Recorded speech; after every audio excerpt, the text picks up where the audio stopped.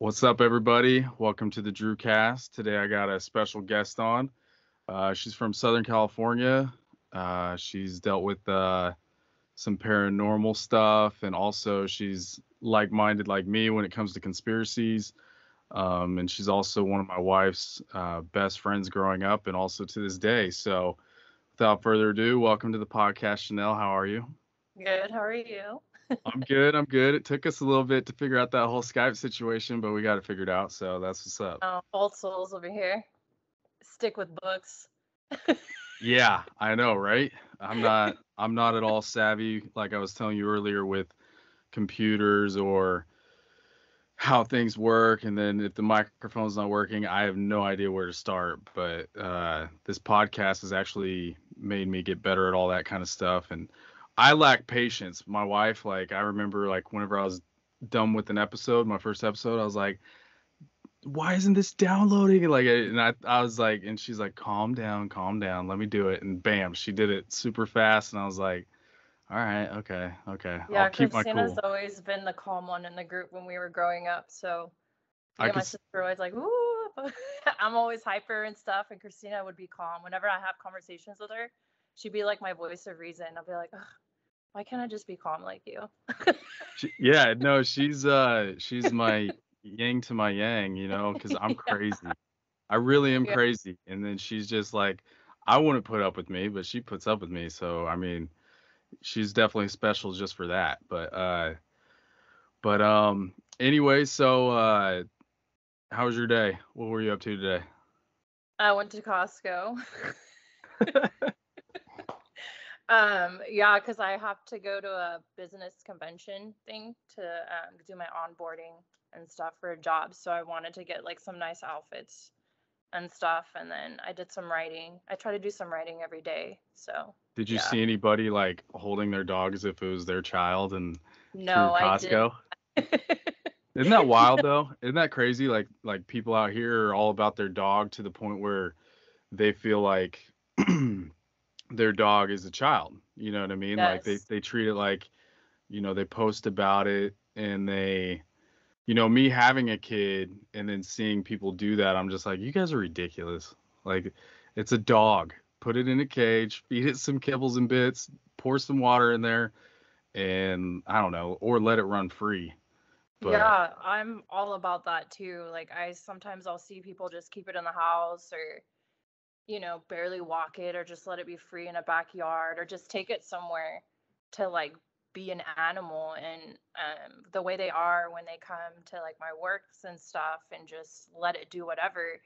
I don't know. And then when I say something, I'm like, I would never treat my animals like a child. Like I love my lizard to death, but I'm not going to treat it like a kid. And, like I respect the animal for what it is. And I feel like people need to like respect things for what they are. But I'm just like, oh yeah, that's cute, cool. yeah, They always uh, look at me weird when I give my opinion. I'm like, okay, I'll just write about it. yes. Well, yeah. My friend, his name's Monty. He's from Texas, and him and his girlfriend just got a puppy. Excuse me. And his one of our good friends, I linked him up with one of my friends, and I was talking with him over the weekend, and he's like, "Yeah, man, I was talking to Monty, and he told me, he has some friends who have kids, and they were talking about, his new dog, his new puppy that he has, and he's like, after talking to them, like, I realized, it's tougher to raise a puppy than it is to raise a baby." I'm like, "What is Monty No, smoking?" Yeah, yeah. I'm like, no. yeah. I'm like, nah, man, that's not how it works. But, I mean, you but, can't take your kids to like a program to get them trained, professionally trained, and then have them come back. Like with dogs, you can do that. Like my mom's done that with her dogs and a lot of her close friends, and they said it's like life changing because dogs are in packs. They need structure. Like you need to understand the psychology of animals to be able to like raise them better. And like they seem more happy and calm when they have that discipline, but like a healthy one.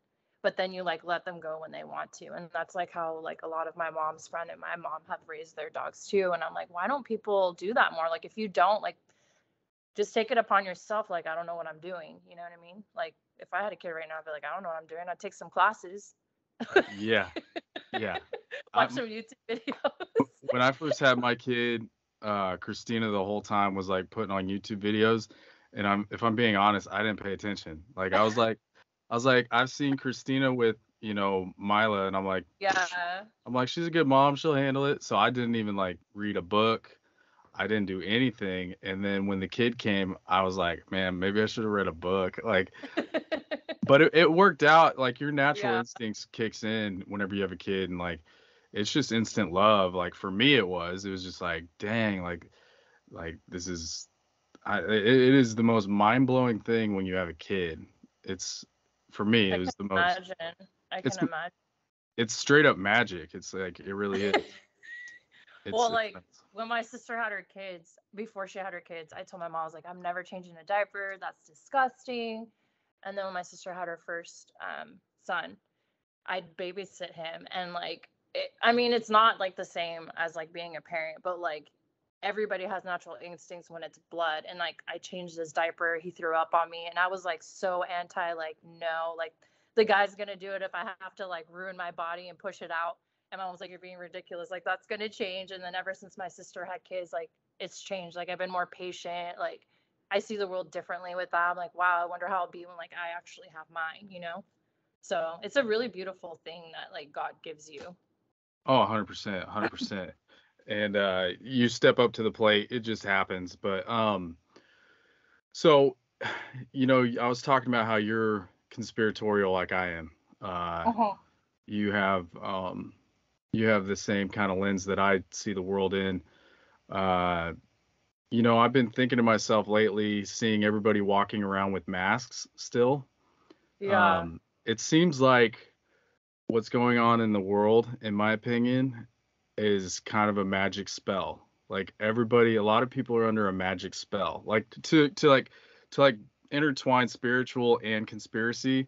Like every time I hear there's a new variant or something like the new ninja variant's coming, like all of a sudden I go to Target, and in Target I just see people wearing masks, and I'm like, dang, they're under this spell, like Yeah. this television spell that every time they see it, um or every time they see the news say, hey, yo, this new variant's out, or hey, monkeypox is on the loose, like people start masking up. And it's not only in Southern California. I talked to friends in Kansas, and it's in Kansas. Mm-hmm. But how do you feel about magic and all that stuff? And I don't know, like spells, like I'm just diving into this. I don't know really much about any of it, but I just was curious if you have any idea of anything like that. I mean, like I've known like different people. Like I'm very open-minded with like religion and people that believe on that side. And I feel like spells and like hexuses and things like that, they're as powerful as you make them. So like if you take like a pill or whatever, like that placebo thing.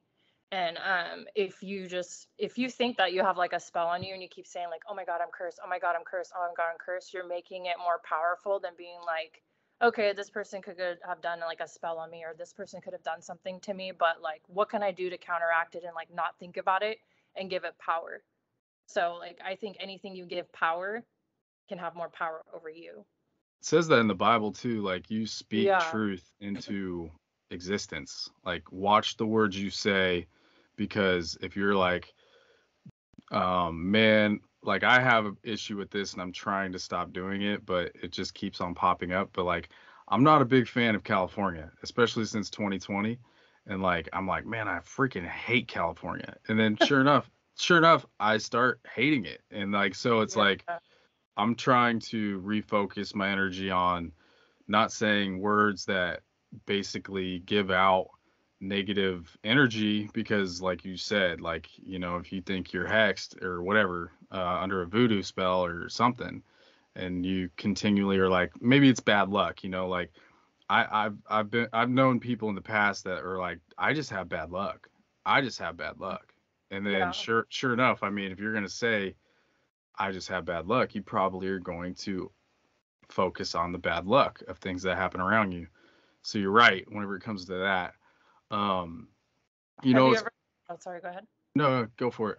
No, but like have you ever done like spiritual cleanses or chakra clearing and stuff? Because that's your body has, what is it, like six chakras or five chakras, where it has you open to certain parts of energy, like in the world and stuff, and like around people, because we're all connected through energy and stuff like that. So I think it's good to continually like cleanse yourself. So I mean, I do that, like What is, cleansing energies.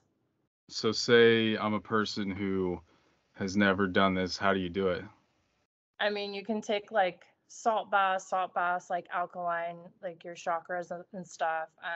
I'll do like Paleo Santos around the house and like clear the air, because that's has like natural like remedies for like clearing spaces and stuff.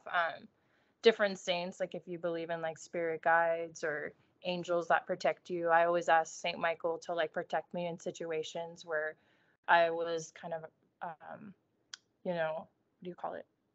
Susceptible to something happening, and I felt more protected from that. Or if I felt like somebody was attacking me with their energy, I would hold a St. Michael card and stuff like that. And um, you know, it's not only us here, I think. And I've asked other sources to help me, and I've had things like crazy things happen where I was just like, wow, like if I didn't believe it, like I believe it now.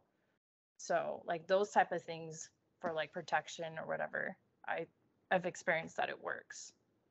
Interesting. I would go to Mexico every year from my freshman year to my senior year, and I would go with my church, and we would help this church in Aguajita. Like we'd drive 8 hours into Mexico, so we'd go from Kansas through Texas, 8 hours into Mexico, and then we would be at this church, and then it wasn't just my church; it was like seven different churches, and then we would start there, and then that pastor would be like, this church in this village needs your help, so we'll send you guys over here, this church, and then this church needs help, so we'll send this one over here. And I remember my junior year, we went to this small town called Paliu, and Okay. you would have to take baths, and like you'd have to use, I mean, if you were lucky, you got a bucket and you would pour cold water into that bucket, and then they'd have like a cloth and some soap, and you'd soap up, always wearing shorts, you and the homies, and we'd soap up after building churches all day, or digging, I don't know, something, anything that they needed, we would do. And it was always physical in the hot Mexican sun, or Mexico sun. And so we would work, and then we would sleep on the floor of the church. And honestly, it was the best times ever. I loved it. Like in poverty, or in the craziest place or third world country, it ended up being like the happiest place I've ever been. But the pastor for one of these churches in Paliu, it was that village was third world to the max. People living in tin sheds and all that stuff. Yeah. And they would bathe in a river. And so um I went to one of the sermons that the pastor was giving at night, and it was a lady, and she said, she used to be a witch. She used to get with people, like two or three different other witches, and they would do outer body experiences where their spirit would leave their body. And what they would do is they would try to attack. They would try to attack anybody, basically. Yeah. And she said the reason she became a Christian was because she had an outer body experience. She was doing the seance witch thing, whatever it's called, and she left her body and moved through this village. And I guess they were going to attack this new couple that came into this town or this village. And she said when they got there, they couldn't penetrate they couldn't get in the house. And then when they finally saw what was in there, I guess it was a pastor or a missionary or somebody was there, and they were having a little Bible study. And so she said that they shined really bright, and she's like, it was impenetrable. And she goes, that's what made me realize that there is a good and evil, clearly. And she was part of the evil. And she's like, I devoted from then on, my devotion was to Christ instead of Lucifer, I guess. Yeah. But that was a gnarly story she told me, and I'm just in high school. You're like, what? Like, that's nuts. So I mean, spirituality is yeah, crazy. it is crazy, but it's like how you use it, like even scientists have proven, like, if you put good energy towards somebody, like if somebody has a sickness or something and somebody says, I'm going to pray for you, or I'm going to send you good vibes or whatever, the more people that like sent them that good energy, they actually like healed than the people that had like less people pray for them and stuff. And they've done studies on that. And I watched this show. It's called, it was with Morgan Freedom. I think it was called The Story of God. And they were talking about like when people pray and like think positive and stuff, they did brain scans and it like changes their brain waves in your body, in your brain and stuff. So they scientifically like shown it. So I like to see it from like different, from like spiritual, religious, and scientific points of view on that, because it makes you more open-minded and more well-rounded with it. That's awesome. No, I like is that a documentary or what did you say? You said you saw The something where they like people were actually getting healed just from positive prayer and believing they were going to be healed. Yeah, it was from a book that I read, because I read a lot of books about like changing your mind and stuff like that, because I'm trying to change my mindset.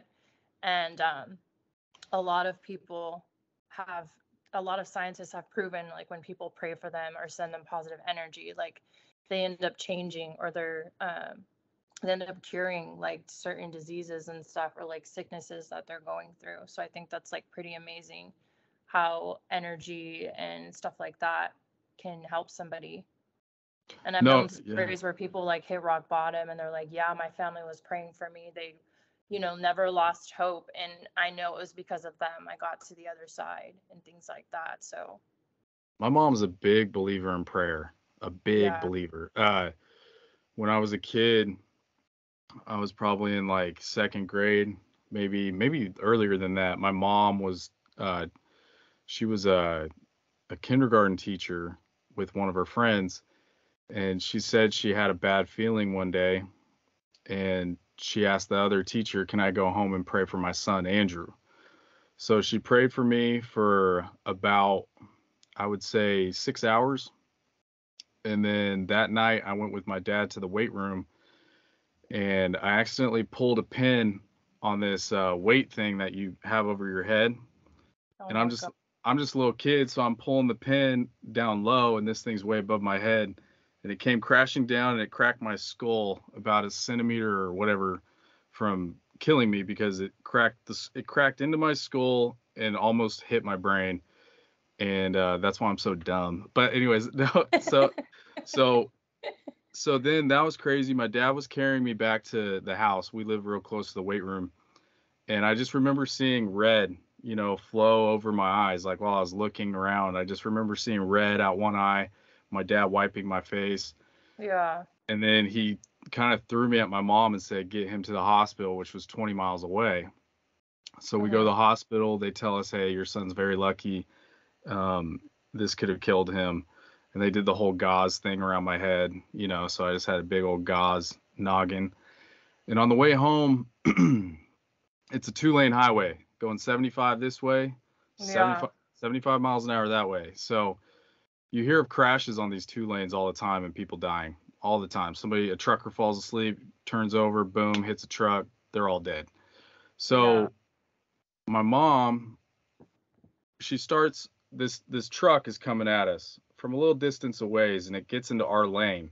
So my mom swerves into his lane, and then it comes back into his lane, and then she swerves back into the right lane, and he swerves back into the right lane. And I just remember my mom grabbing my leg and like kind of wanting to protect me, and I just remember seeing the two lights of the truck. And then I closed my eyes, like, because I knew we were gonna hit it, and I just closed my eyes, and then I opened them, and there was no more truck. And my mom thought she was going crazy until I said, "Mom, where did the lights go?"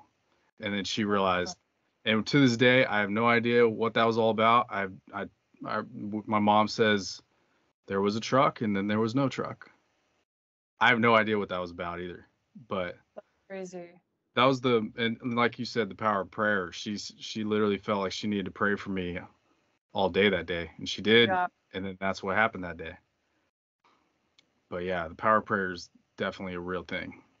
Yeah. And I mean, God has different prayer warriors for each thing. Like I said, I use Saint Michael when I feel like I'm going to be attacked or I'm in like vulnerable areas. And then like Saint Anthony for finding things. Like I lost my ID in Vegas one time and I checked everywhere, the hotel, everything. And the guy that I was dating at the time, I was like, just go out, have fun. Like, this isn't a test for your loyalty. Like, I was the dumb one for losing the ID. And he's like, no, no, no. I'm like, just go. And I called my mom. I was like, can you ask St. Anthony to help me find my ID? I can't find it anywhere. And like right before they were going to leave, he goes to lift his shirt to find, like, to get ready, and my ID falls out. And he like looks at me shocked. And I was like, yeah, every time I ask St. Anthony to help me find something important, it appears somewhere. I've had my wallet just appear on the floor when I've lost it and things like that, like important documents. So like I believe like there's certain warriors that you have and like spirit guides that you ask for help and they'll help you if you really believe that they're gonna do it. Okay. So do you believe in heaven and hell? Do you believe like when you die you either go to heaven or you go to hell? I believe that, and I believe that you have trials. Like that's why they say like old souls and stuff, where like maybe you haven't finished everything that you're supposed to complete to like completely cross over. Because there's people that, you know, if people like see like your spirit or whatever, they're like, oh, you're an old soul, oh, you're a new soul. And I truly believe like the earth is like a trial place. I think it's like a form of purgatory. I wrote a script about it, how I think hell is like the pit of the earth. Because why is evil so glorified on earth? Like the villains and stuff, like we always have like sympathy for them. Temptation is super easy here. That's something that we always have to fight. And they always say like doing the right thing is always a hard thing. Like why is it being good? Why is it having morale? Like never glorified like in movies and books and stuff. It's always like the villain that's like, oh my gosh, like they're the badass, they're this, they're that, but they never say the good people are like the badasses in a way. So that's why I think like earth is like a place of trial. Like how are you going to fight these temptations to like prepare your soul for like whatever it needs to prepare for. So I do believe in like multiple lives and stuff and heaven and hell. If that makes Interesting. Yeah. No, it makes plenty of sense. Like, when people commit suicide, it's like they're. I listened to this podcast called Tinfoil Hat and with Sam Tripoli, and he always, he's had a lot of friends commit suicide, and he says something like, it's them ending their contract or whatever. Like, it's not a good thing. yeah. And it's hard for me to judge on everything. It's hard for anybody to judge on what really happens because nobody has gone through it. I had a friend send me or tell me, he told me about this book and this TV show. Let me see if I can find what he said. But here it is. It's called 23 Minutes in Hell I with read Bill. that. You did? Yes. Okay, so he told me that uh, that when what he was just very serious. He goes, Andrew, he's like, once you read that book and once you understand what hell really is, um, you will literally reach out to everybody you think doesn't know God or Jesus or whatever, and you will tell them get right with them, all that stuff. Because I guess what happened was these people passed away for a certain amount of time and they went to hell. And Yeah. so tell me a little bit about the book. I don't know much. Um the one that I read it was just one guy, but it was 23 minutes of hell because I was trying to find material for my script and I was like, ooh, this is gonna help me understand hell better. But what happens was the guy was sleeping and all of a sudden he was like dragged and he said he felt like he was getting dragged like through the galaxy, through like dirt, through like the core of Earth, and then he ended up in hell and he said it was like dark black, he couldn't feel emotion, he couldn't think of anything of light, and there was like massive beings there and just like his whole entire experience there. And he was saying how like though, because he experienced that, it was his duty to warn people that hell was real, because he was there for 23 minutes. And when he woke up, he told his wife, he's like, I was in hell, and I was in hell for a reason.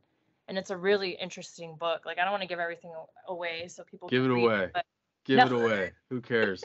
And I read it a Spill the long time beans. ago, so I don't remember everything. But he was just talking about how, like, there's no sound. It's like dense.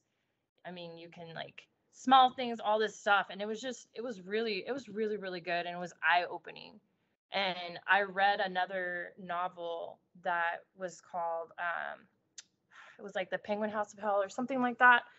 And it was different religion, different philosophies, and different literature, people that have written books about hell. And they all talked about different interpretations of hell. And it was kind of similar from what this guy kind of went through, but different at the same time. So it makes you wonder, like, well, when you go to hell, is it like your own hell when you go to hell, or is it like a hell that's universal for everyone? Because why does everybody have a different interpretation? Why, when people have gone to hell through life, almost ending experiences, have said different stories? So that's why, like, I've always thought that afterlife was so fascinating. Well, I thought what he had talked to me about was 23 minutes in hell. He just told me, hey, you got to read that book. But he also Yeah. said this. He's like, the series about heaven and hell is called Life Beyond the Grave. It was a series a few years back with multiple interviews with people that died and temporarily went to heaven and hell. CBN did the series. Christian Broadcasting Network is what it stands for. The satanic priest was called the Devil's Cauldron.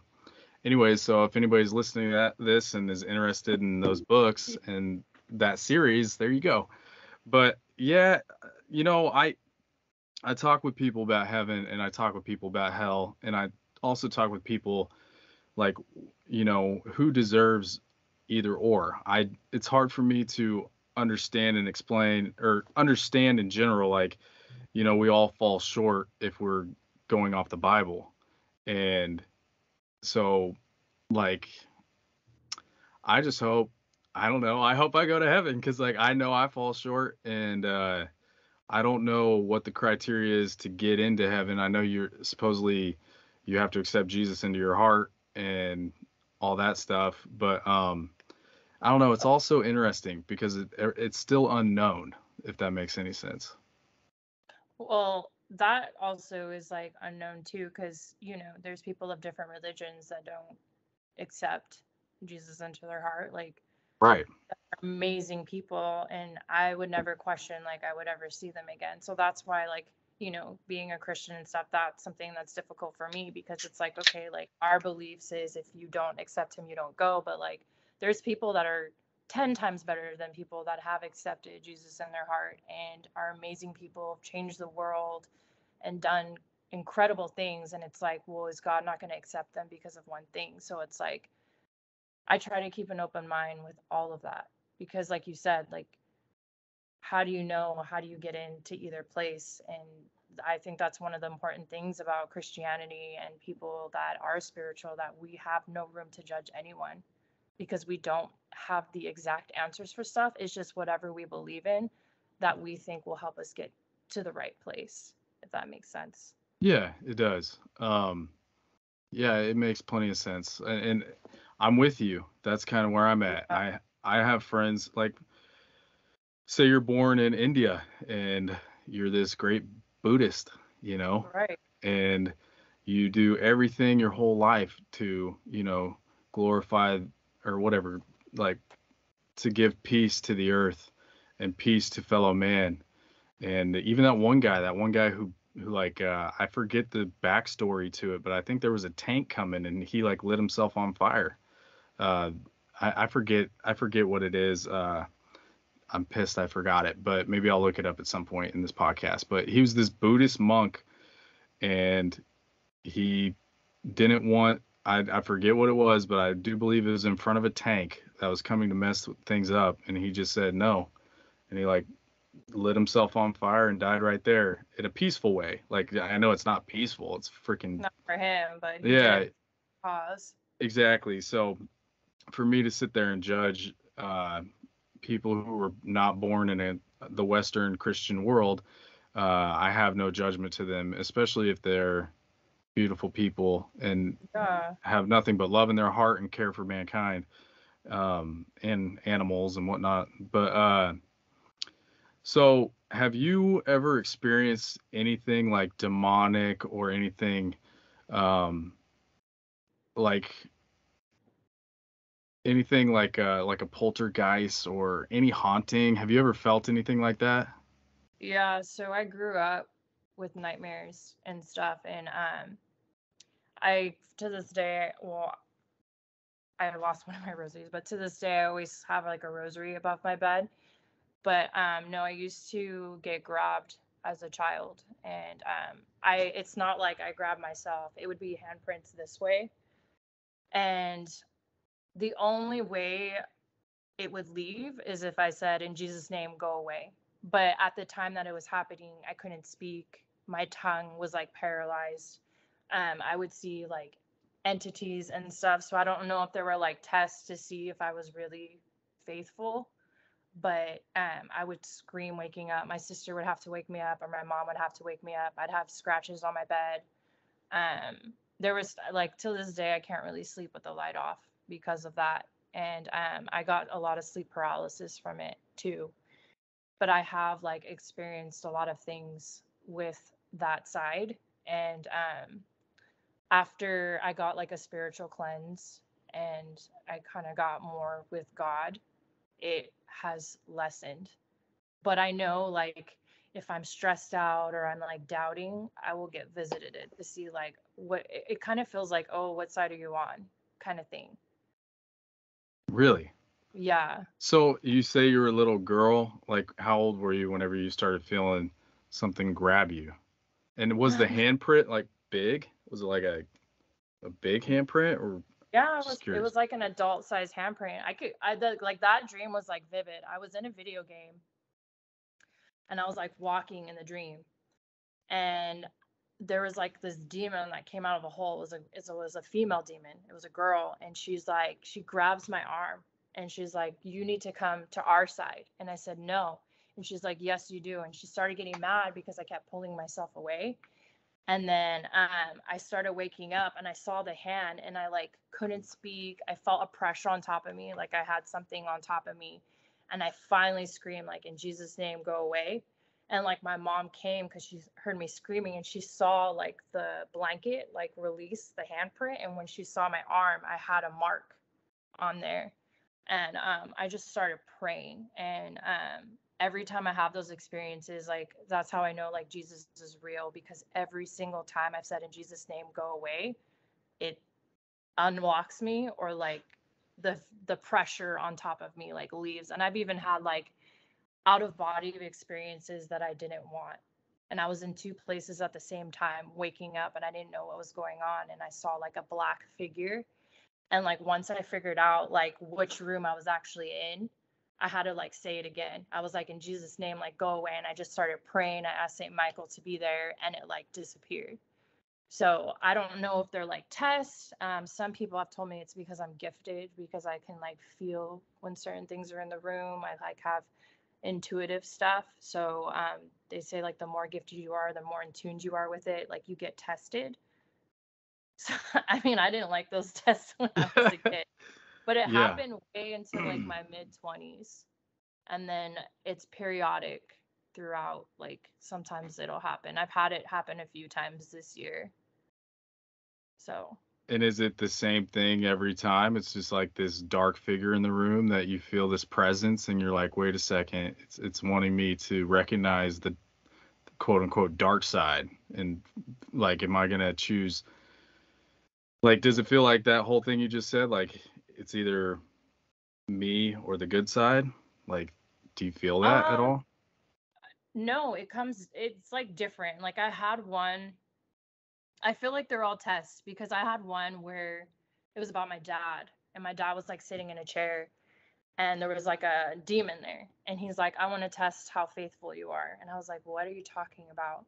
And then he's like, you either choose this, or I'm gonna kill your dad. He's like, start praying. I want to see how faithful you are. And I was like, please, like, don't kill my dad. And I started like praying, and he's like, you're not strong enough. And he like kept trying to kill my dad. And like I woke up scared, and I like felt that pressure again. But like it's always different dreams, different situations, different questions, things like that. So it's like I never understand like why it happens, but I always think like maybe they're tests to see if I really am on the light side or if I'm eventually going to go to them. Oh, they probably feel you as a spiritual like radio, or like a like you can clearly, not to reference you to the Sixth Sense kid, but like you're probably like real spiritual in that way, where you can sense things, and you recognize things like me, for instance. I have only one story of like paranormal. Actually, I have a paralysis story, and then a whatever, a demonic story. But Okay. um I usually go throughout my day, worried about how am I going to pay the bills, or how am I going to, when am I going to get a little bit of free time, and then, okay, I got to take care of the family. I got to hang out with the kiddos. And so I don't really feel the spiritual stuff anymore, but not like the spiritual, like the demonic side of what my life was like when I was younger. When I was younger and I had alone time, and I would be alone, that's when I would start to feel things. But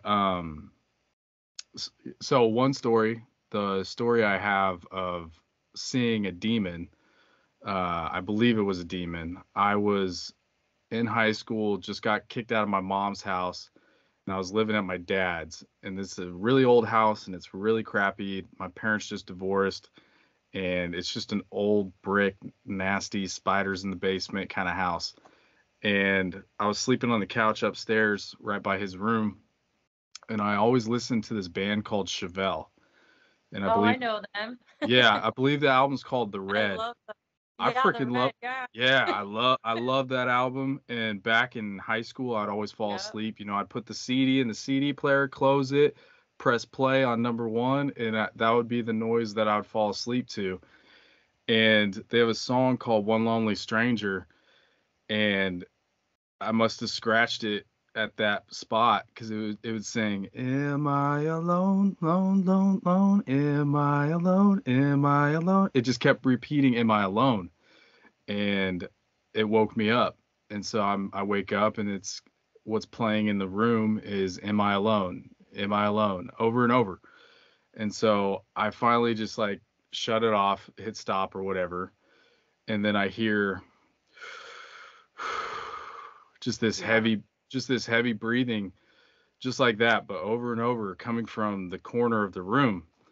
And I'm I'm like, what the hell is that? You know what I mean? Like, and so I'm on the couch, and I pull the covers like up to my eyes, and I'm like looking, and then that's when I see a hand hit the light from the street. And then I really freak out. Like, I'm really like, holy shit. And Yeah. then it hits again, and I felt the breathing get heavier and heavier, and it was just looking down on me, whatever it was. And my dad had these old school button lights where you run up and you press the light, and it's just a button. It's not like normal flip up and down. Mhm. So I hit that. First of all, I try to turn on the lamp that's behind me, and my dad's like, he's like the biggest cheapskate ever, so he like unplugs stuff so we don't use it. And so I go click click click click, and that doesn't turn on. The lamp doesn't turn on, and then I swear it gets louder, the breathing. So I say screw this, and I jump up, I run to the button light, and I hit it, and that doesn't turn on. And chill, Bubba. That doesn't turn on. And I hit the fan, because I hit the fan button, not the light. And then I go, shit, like really loud, because it's so dark. And Yeah. I ran to the kitchen, and I opened up the refrigerator door for light. And that's how I got the light. And then I ran into my dad's room, and I woke him up. I'm a high schooler, like a 17-year-old guy, and scared out of my mind. I was wearing boxers, and like I just remember the back side of my boxers, like from my back to the boxers, was soaked. Like I sweat I sweated a whole bunch within a matter of like probably a minute and a half. I was terrified. But I don't know what it was, but I know it was not good, and I know I was at a bad place in my life, and it felt like that decision you were talking about, like, hey, like we're coming for you. We want you on our side. It kind of Yeah. felt like that, to be Yeah. honest. And you have to like stick up to them. You have to Yeah, I say, said I said in Jesus' name be gone. I did. I remember saying it or whatever, and for some odd reason it just I don't know what happened, but it was not a good time. That's for sure. yeah, it's scary, definitely. Like when they try to communicate with you, or but I mean, all my experiences haven't all been bad. Really? So yeah, I don't want people to think I have like all these demons like following me everywhere. Yeah, well, you do you have any more stories like a sleep? I've had a sleep paralysis story, but do you have one of those? Like, can you explain what that's like? Sleep paralysis is like you have like this pressure on your chest and you can't move. You feel like your mouth can't move, you can't speak, and you literally have to like force every energy and being in your body just to get out of it. And every time I have like a sleep paralysis episode, I just force myself to get out of it now. Because before, when I was a kid, I would just shrink and like, I don't know what's happening. Like, I'm just so scared and I would just scream. But now I just like, okay, like, just force yourself out of it. Like, start praying. And if it's sleep paralysis or something from the supernatural, at least I'm doing something right by asking somebody to help me. So that's like how I've coped with it now. But it's like in your dreams, you can't really control your dreams. Some people can, but like, I can't. It just, things will happen when it happens. Like my grandma wanted to communicate with my mom, and she went to a spiritual healer, and they kept telling her 47. Do you know if it's 74 or 47? Do you know anything of that?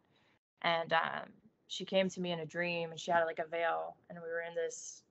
I was in this foyer, and there was like a monk, and the book open. It was one of the 10 Commandments, and he kept saying over and over, "Honor thy mother and father, honor thy mother and father." And going like an hour back, I always take a rosary with me when I travel.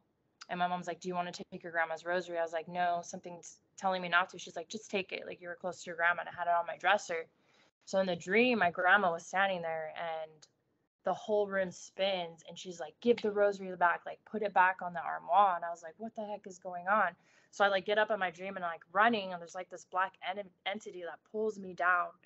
And she's like, "I need to talk to your mom. I needed to talk to your mom through you." And I was like, "No, like leave me alone." And then my ex woke me up and I shot up and I smelled her perfume. Because like when things visit you, you can feel them or you can smell something of them.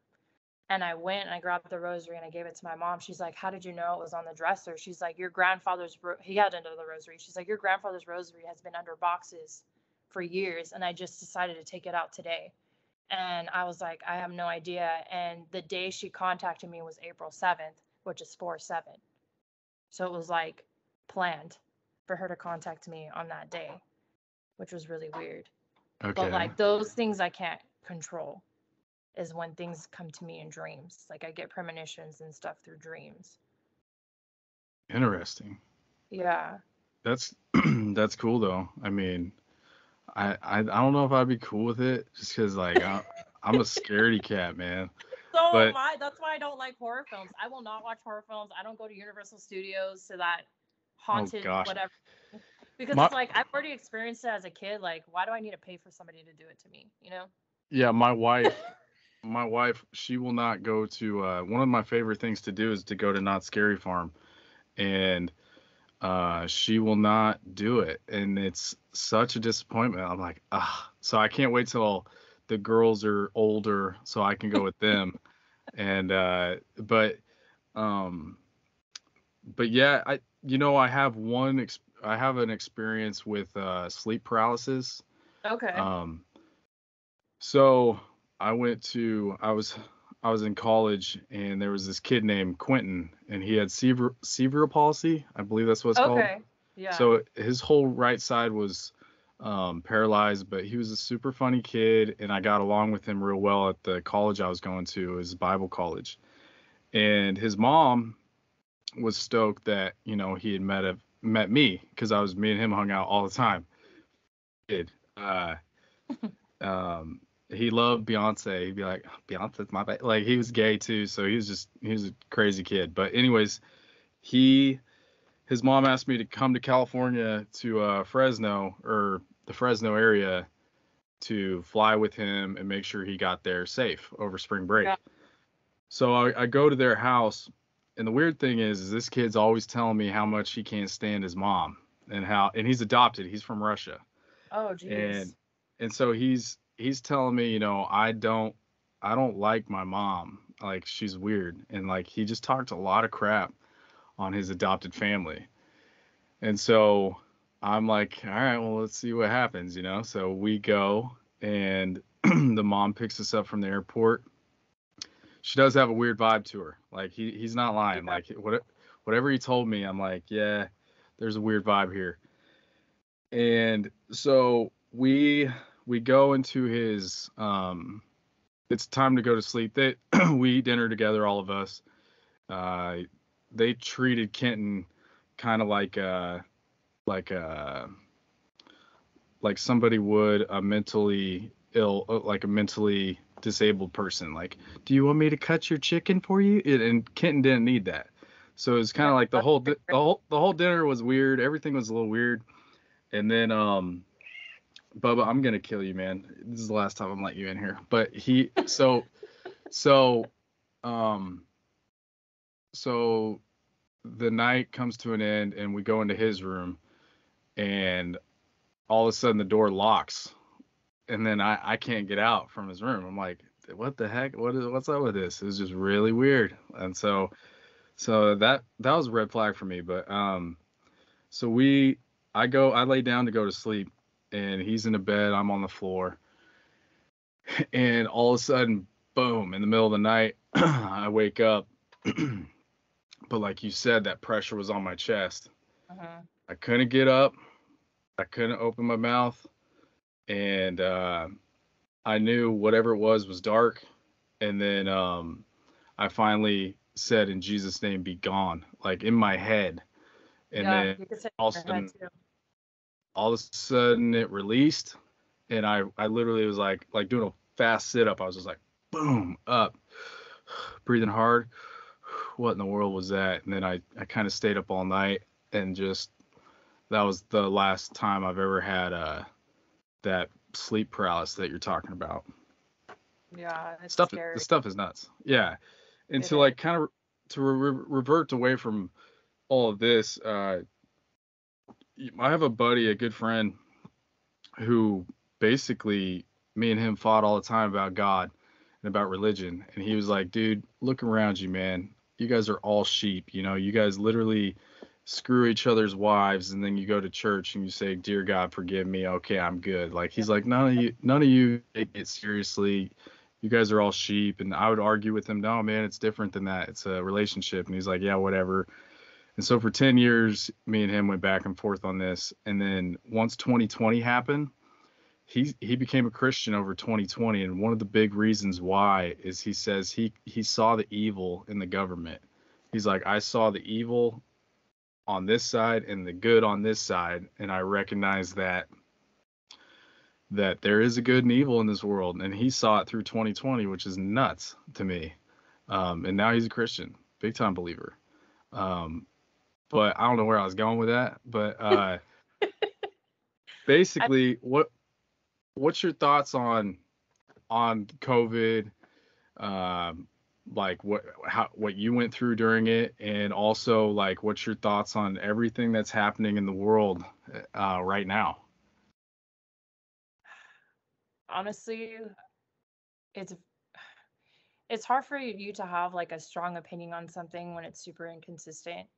Like when it first started, everybody had to wear masks. It was severe, right?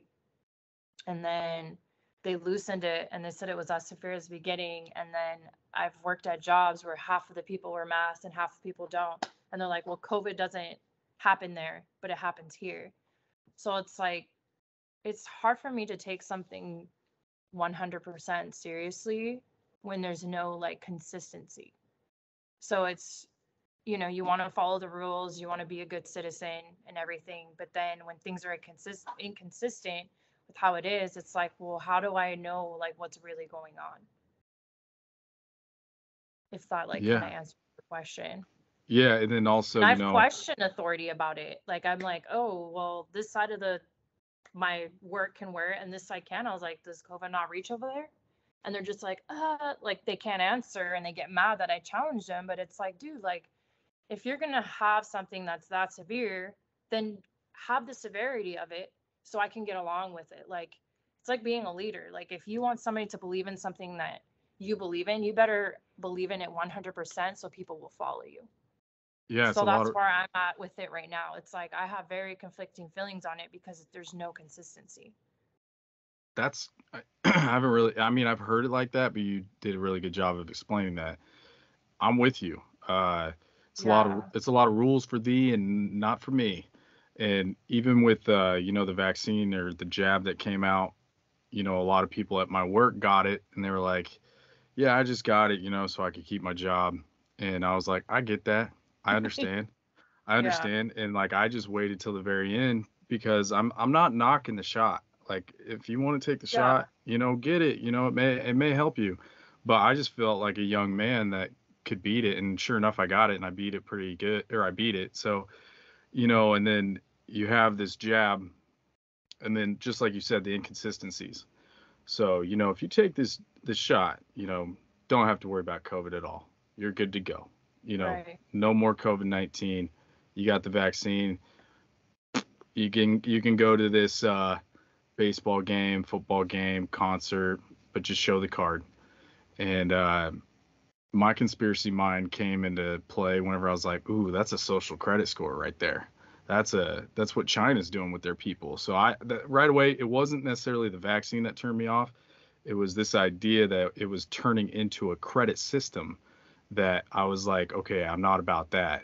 And but then, you know, a lot of people who got the jab started turning on me and being like, "Hey, you want to come here?" I was like, "No, I don't have that shot." And they're like, "Go get the shot, like get it over with." You know what I mean?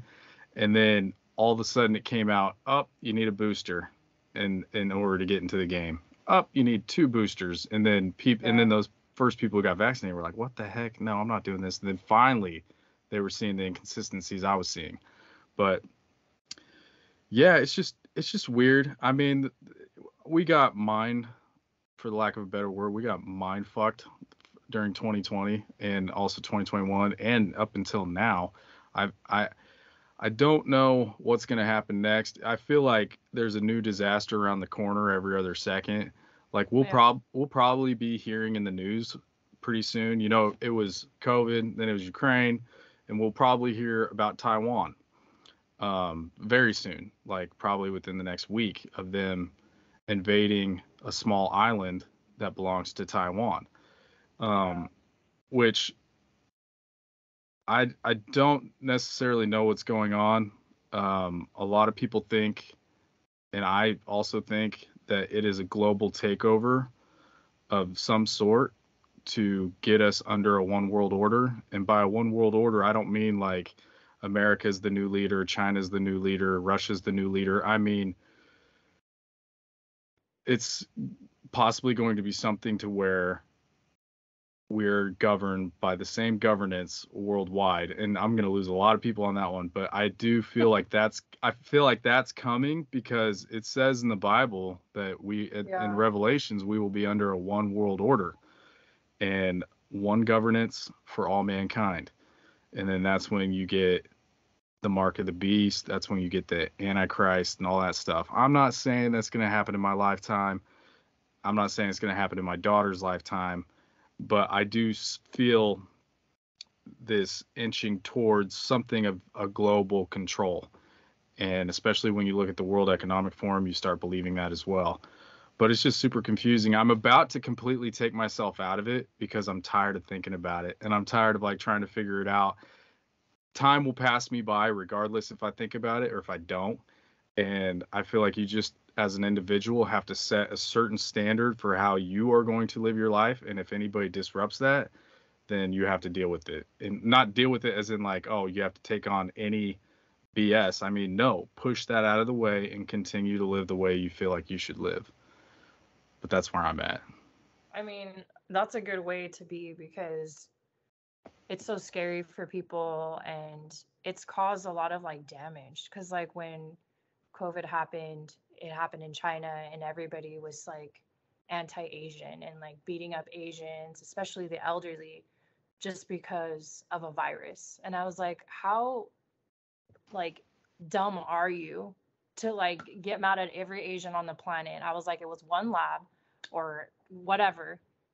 You're gonna castricize everybody like that. So it's like it's causes like hostility with like racism and all this stuff. And it's like I feel like the people that like are confused but like want to have a greater light on it is just be a decent human being, help everybody out, and like help people with that fear, and like don't turn on people because of a country that did something, because it's not their fault. It's nobody's fault for things that are happening. We're all trying to live, we're all trying to like survive in this world. So what makes you that much better because it came from one ethnicity and not yours? Not only that, but it came from their government, not the people. Exactly. The Exactly. like if we were going off of like countries and what we think of them, of course China's gonna think we're all retards, or sorry, our words and and absolute idiots, because like they look at who's running the show, and they're like, well, I mean, that's what I'm saying. And then if we mess up, if our government does something against a country that I don't believe we should do, I don't want their people to think, oh, Americans are terrible. I'd Yeah. rather them. It's always the government. I mean, I look at what's going on right now, and I'm kind of in shock, because for the last 30, 40 years we've kind of lived in peace. The whole world has. We've lived in peace and harmony. Yeah, there was, the Iraq and Middle East stuff that's been going on basically since the Bible times. But I mean, the Western world, Europe, we've been at peace for like 40 years. And so for us, you and me, I'm in my 30s. This is the first time I've felt, you know, the global stage being war, like Ukraine, Russia, China, Taiwan. And it's a thing that I'm coming to the realization that war is inevitable, and it's going to happen no matter what, throughout life, and throughout my life, my daughter's life. Uh, if you think about, I guess, what our country's been through in the last 100 years, you had World War One, World War Two, Vietnam, um, a couple other ones I can't remember, and then in the 2000s, Iraq. So it happens all the time, but for some odd reason, this one just seems different. Russia seems different, and also this thing going on in Taiwan just seems a little different. Like, oh, are we gonna inch into a war? Like, I don't know what's going on. But I feel like we have to not be scared. And to go off of this spiritual talk that we talked about, I feel like we need to trust God. We need to personally trust God, and also give our worry to Him, for our families and all that kind of stuff. I have a friend who basically told me today that you are scared of everything. Because I was like, he goes, I go, the only thing I'm scared of is the Yellowstone blowing up. And he goes, Andrew, you're scared of everything. And in my head, he's right. I used to not be scared, but once I had my little girl, now all I can think about is I want to protect her. I want to give her freedoms. I want to give her a life. So for him to say that to me, I'm like, yeah, man, but I hope you think about your boys. I hope you're scared for your boys, because he has two boys. And I'm like, I hope you have an inkling of desire to give them what you and I got when we were growing up, because that's all I think about whenever I say, yeah, I'm scared. I'm scared for my daughter. I'm not scared for me. I could care less. I had a great life, but Yeah, yeah, but showing her your strength can teach her strength because kids look up to their parents, and she can feel that energy. Like if you're always afraid for her, worrying about things in the world, she's gonna see that.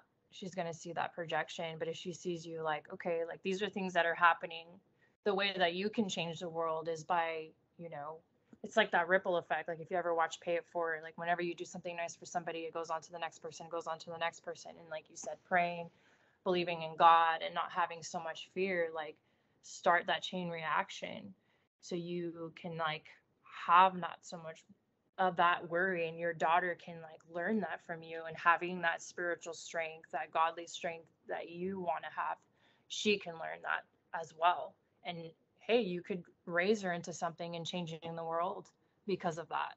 You just never know like what gift God gave you through a child. Like she picked you to be her dad, so give her the tools by being that example. That's Thank like you. advice that I could give you. No, thank you. Yeah, that's really powerful to me, to be honest. I respect you telling me that. That's awesome. Like I'll listen back to this and I'll listen to that. Like that's no, you nailed it on the head. I've been curious of what I should do. I as diving into politics, conspiracies and things like that, and then having a little kid, you realize how chaotic everything really is and how finical life can be. And it's just like I love that you said that. I appreciate that big time. Um, Well, when she starts talking, start talking to them, because honestly, kids are innocent. And the more innocent you are, the more pure you are, the more connected you are to the good. Like, I've talked to my nephew, and my nephew is so smart spiritually. Like, we were praying over like one of my house or my sister's house, I can't remember. And my nephew was like, when you're praying, you're supposed to take your shoes off. Makes you closer to God. And he is like 5 at the time. And I asked, one of the people that I went to, like a spiritual healer, I was like, what is he talking about? And she's like, that's true. You humble yourself. That's why you wash each other's feet. Like, you're supposed to take your shoes off when you talk to God and stuff. And like, we were in the kitchen the other day and he's like, we go to heaven twice. And I said, what do you mean? He's like, before you're born, you're in heaven, your spirit's there and it comes. And then he's like, and then when you die, you go back to heaven. And I looked at him and I was like, you're really smart. He's like, well, it's true. I said, where did you learn that? He's like, I don't know. I just know. So like when Luna starts talking, talk to her. Like I've learned stuff from a 6-year-old that I haven't learned from like a 50-year-old. Like kids are smart. They're very like in tune to the spiritual world. And we take that for granted because we're like, oh, they're just young. They don't know anything. But they know a lot when it comes to that because they're innocent. yeah, it's that's the best part of that's the best part of my daughter is just seeing the innocence in a child is so amazing, and it's so um it's the beauty of God in my opinion, and Yeah. it is so beautiful. I have a recording I did with Luna because I have this little podcast room, and I was like, Luna, say that because I wanted her to have that voice forever, like that. Right. I wanted to record it and get it. So I was like, Luna, say tata. And she was like, tata. And I was like, say mama, mama. And like, it's so adorable. And I mean, it's my child. So like, I can't help but adore the hell out of Yeah. her. But I actually have the recording. I might put it at the end of this podcast. Oh, that would be cute. I might put it on the outro because it's really cute. But she is really smart. Like Dude. you have a smart daughter. She's very like sharp. I Yeah. was like, dang, you better watch out. Um, Sharpen those tools for good. yeah.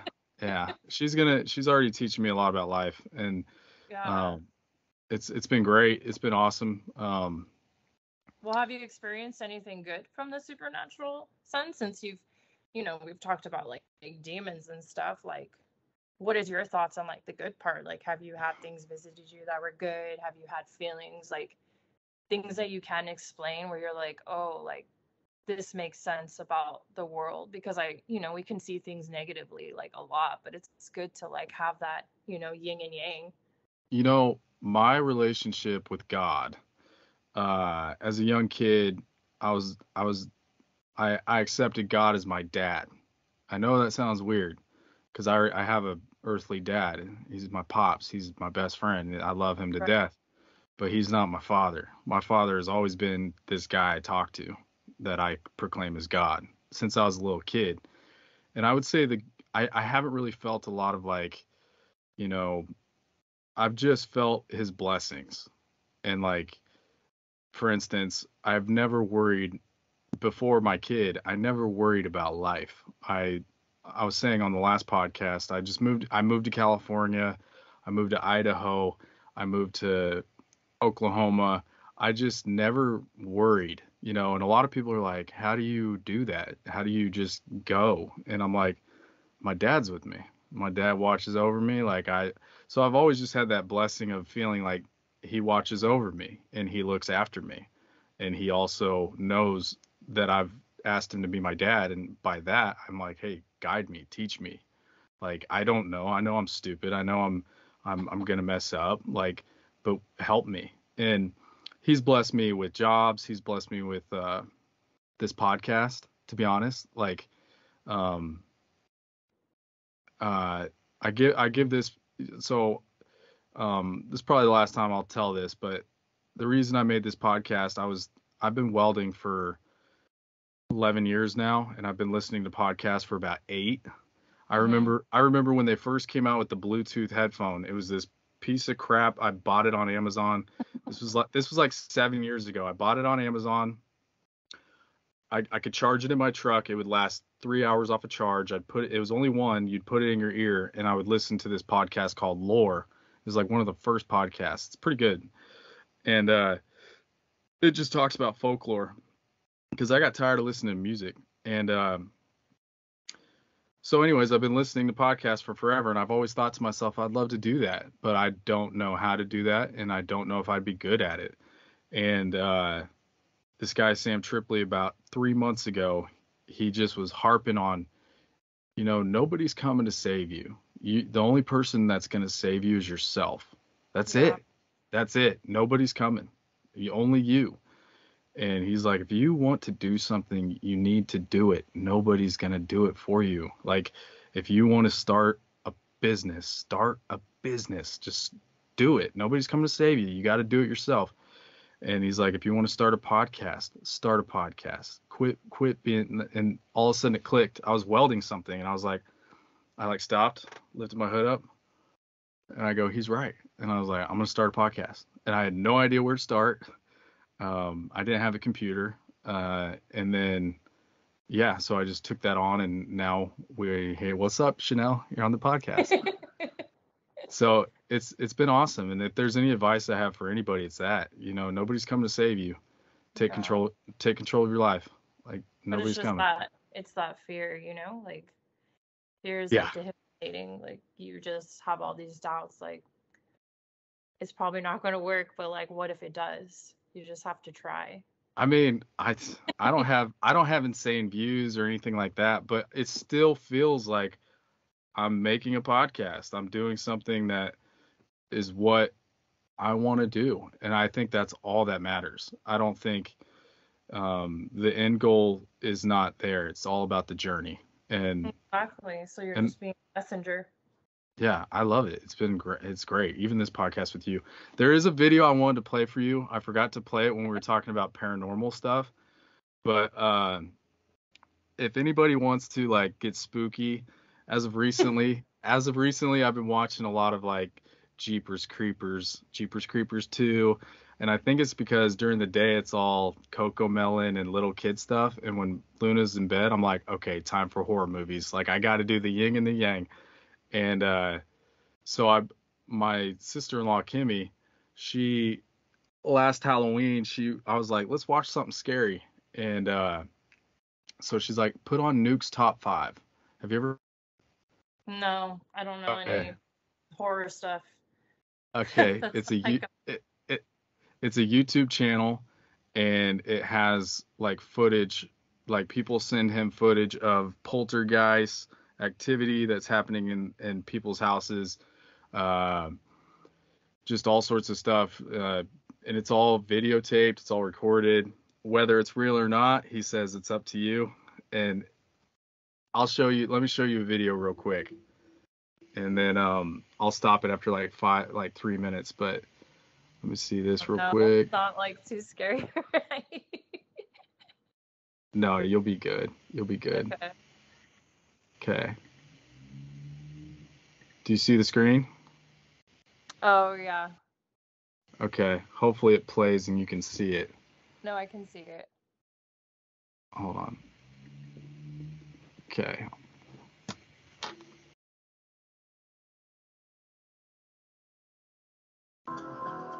Alright, so it's about 1 o'clock in the afternoon. I'm in the house alone. Sean's gone to work, and as you can hear, it's been stomping for about 5 minutes. I've just got the camera out, so I'm going to go see if we can capture something on tape.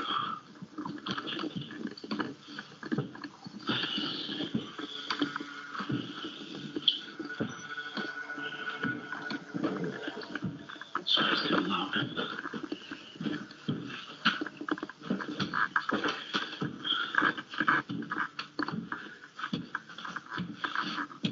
Hello?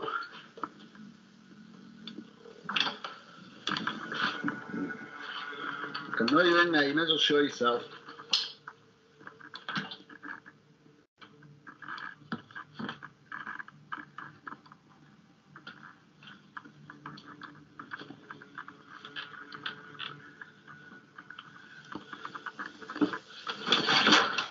Oh.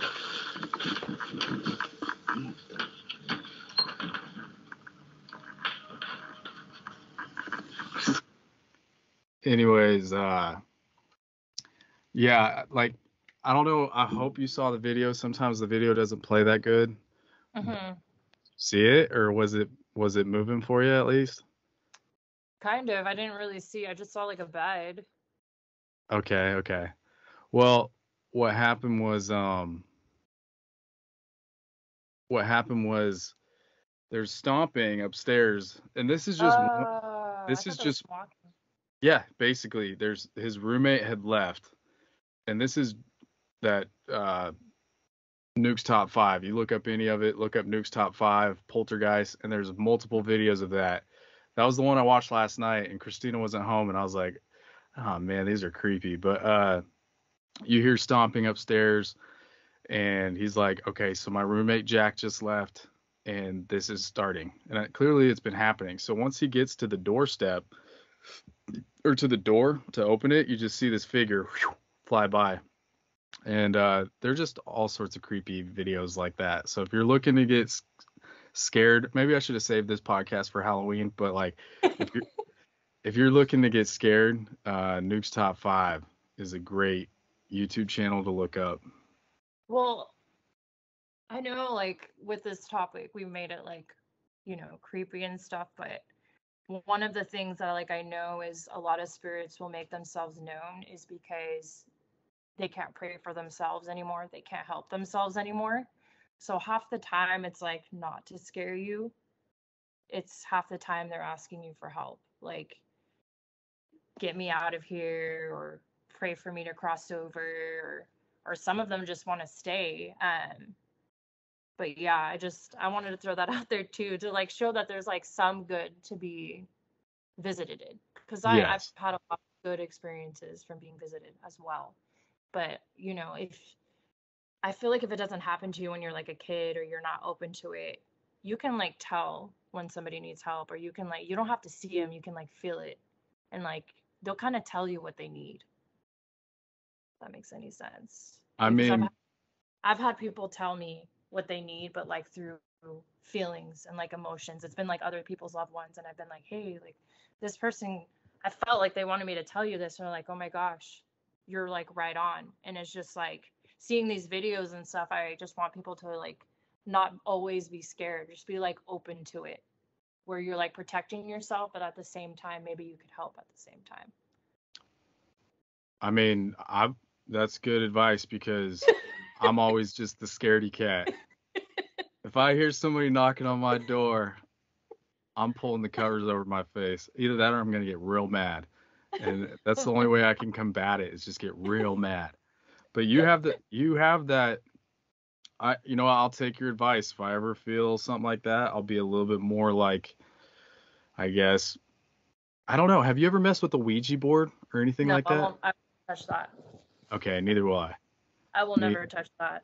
I've heard too many things. Like, if you play with stuff, you're telling them it's okay. And that's how negative energy connects to you, entities connect to you. I've heard so many bad things happen to people through that. I will never touch that because I know I'm very in tune to supernatural stuff, and I turn it off a lot, but I feel like if I wasn't 100% not scared, they would visit me more. But no, especially if you're in tune, I suggest to everybody, like, do not touch that at all. That's some dark stuff right there, huh? No, it is. It's very dark, and yeah, all the stories that I've heard from people and stuff like that, and they've had to go get cleansed. They've had to go to churches, priests, or like spiritual cleansers and stuff because the things wouldn't leave them alone because they played with the Ouija board. So Doesn't that just kind of open him up to possibly even being possessed and like, or tormented, or you let a demon in instead of like instead of the spirits you're talking about, where they just, they need help. That too, and I feel like people do it out of desperation. Like they miss somebody, they're like, I want to contact my relative, and it's like, it doesn't happen that way. Like if somebody wants to contact you, or like a loved one wants to contact you, you can do it. Just be like, hey, I really wish you were here right now. I miss you. I hope you're in a good place.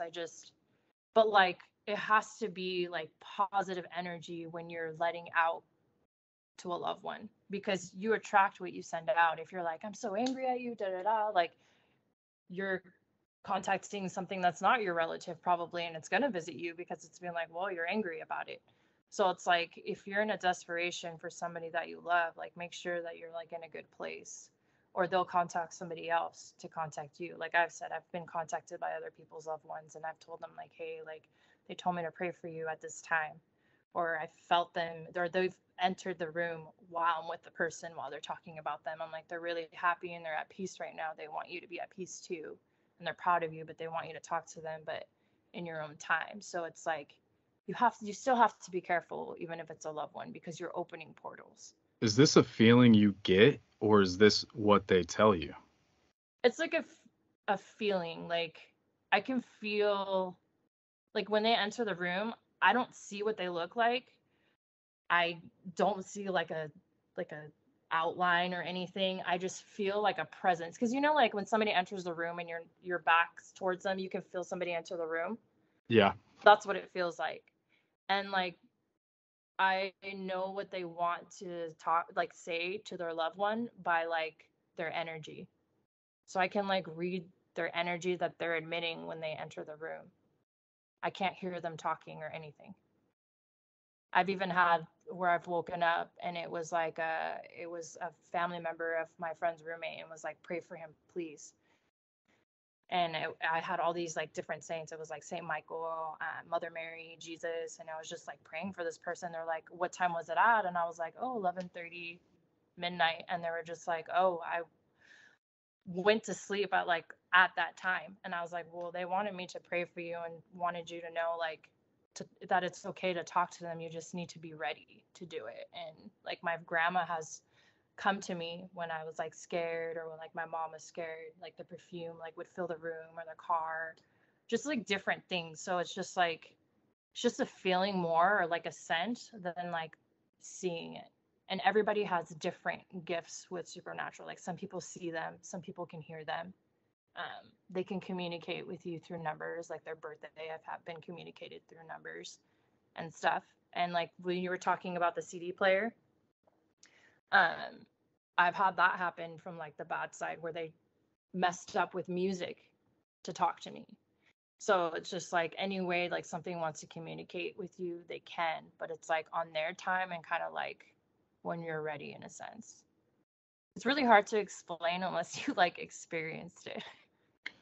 But I believe it. Like talking Yeah. with the pastor in Mexico, that's when I really was like, oh, there's a spiritual side to this planet that's like not seen, felt, very felt, and there's something going on.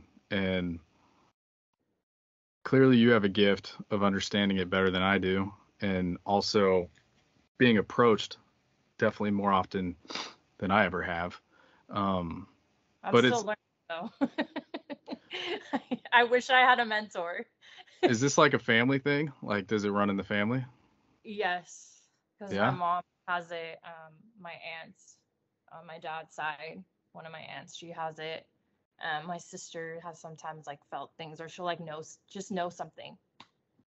And like my nephew, like him talking to me about like how to pray and like knowing we enter heaven twice. Like he's very spiritual, so it is a family thing. So it's just like that's why like I know we've been talking about the scary side, but if there's somebody that's like listening that's has these gifts, just don't always be scared, because you never know when it's like a message from like good, or like present it with confidence, because that moment that when you get scared, you're opening to the bad side. And I've had to train myself to not be scared, because it's scary because you don't see it. Yeah.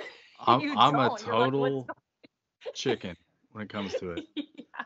I had a guest on. His name's Morgan Cho, and he worked whitewater rafting in Idaho. Yeah. And he said that um, a boy had died one time in the river, and the parents they hired oh, what is it? I forget what the name of it is. I'm sure everybody's like a Like psychic, a a a psychic. psychic. Okay. So this parents hired a psychic to find his boys, or his boy, their boy. And so Morgan said that they went to the water, kind of chilled out for a second, and then they said he's 5 miles down underneath this certain tree. And the the lady had told the psychic had told Morgan that, because Morgan was a whitewater rafting guide. So him and his Uh-huh. buddy, they get in the boat, they raft down to this tree, and sure enough, 5 miles down underneath this certain tree, there he is. So like, what is that? Yeah. Like, you know what I mean? Like that's a whole nother bag of worms. I'm like, what is psychic? And do you think psychic is demonic, or do you think it could be used as both? Like you're kind of explaining, I wonder if psychics go into it where they're, I could use this to help rather than to get somebody rich, or because I feel like there is a dark side to a psychic that can, I don't know, tell them I don't know, but like I'm sure that there's darkness there in that spiritual world, kind of like the the Ouija board. Like, don't touch it. But then there could be like a good side to psychics. Like, can you please help me find my boy? I want him back home, and I need to bury him. And then she helps him that way. So I don't know. I don't know. I think there is always good and evil to everything.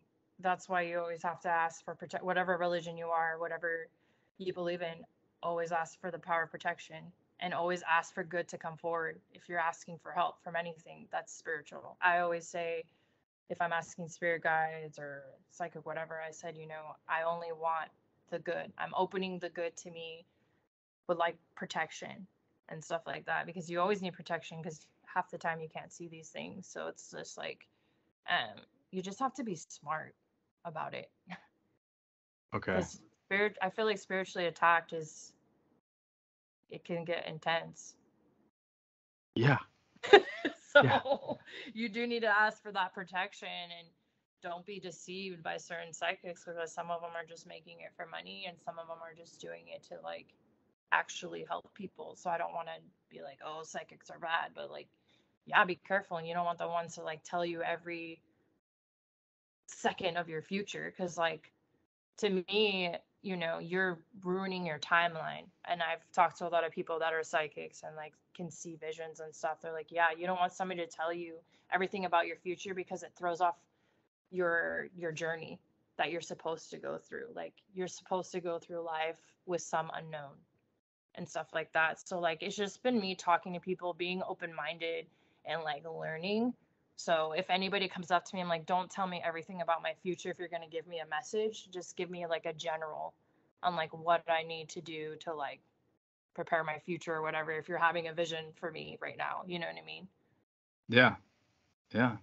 Like you said, go about it in the sense of like, I'm doing this for good, or receiving this, or trying to do this for good. It's Right. also it's all very interesting. It's stuff I've never Yeah. dabbled with, but talking to you, it's cool. I like it. I like it. my wife, that's good. my wife told me you're real spiritual, and and then you told me like, oh, do you ever deal with paranormal or anything? You're like, oh yeah. So I'm glad you got to come on here and tell about it. I'm glad I you're have, open-minded to it. oh, 100%. Like this is yeah, I plan on there's a haunted school supposedly back home in Kansas, and me and my friend we would always watch Ghost Hunter, with that Zach Oh, Adams. I think I've watched something like that. Do they always have a Saint Benedict when they bury things or like take them? Yes, yeah. Yes, I carry that with me too. I I carry a mean, Saint Benedict with me. I was all when that show first came out, I was always waiting for them to catch like this demon or ghost or anything, but they have like these little sound bars that are like Zach, and he's like, and at this moment he said Zach, and like it's a lot of that, but it's still a great show. I still like it, but Yeah. I wanted to go into this haunted school because I've heard all about it. Yeah. Uh, it's in Mullinville, Kansas, and like I had a I had a coach that was also the janitor, and he would tell me that school's haunted, all this stuff. So I wanted to go in with him, one of my buddies, overnight and see what it was all about. So and I know maybe that's not a good thing, like you said, like you don't want to invite bad things, but at the same time, I hope my curiosity, because I do want to do that now, at some point with him, just to film it and put it on my YouTube channel and like break it Yeah. down into clips, just because I heard it's haunted, and I don't know, I've never really experienced a lot of hauntings, but maybe I shouldn't after talking to you. I don't know. I mean, you could, but being raised like Catholic and stuff, I always carry Saint Benedict with me or Saint Michael. I have Okay. prayer in my purse all the time for Okay. like to ward off anything when I'm outside. So you could, I could get you one at a Catholic store, like a Saint Benedict. I'll get it blessed for you. So when you go into these places, I'll keep that in mind. I'll keep that in mind if I ever do this. I will hit keep up it in your Chanel pocket. and I'll be like, yo, Chanel, do the whole seances on me. Give me the St. Benedict thing, all that good stuff. Well, Chanel, you've been great, to be honest. I've loved this Oh, conversation. you. I I'm guarantee. like honored that you chose me to be on your podcast. Like I said, I love Christina, and anybody that she loves, I love too. So I was super excited to do this with you. So thank you so much for asking me. Heck yeah. Heck yeah. Come around spooky season. I might have you back on. All Um, right.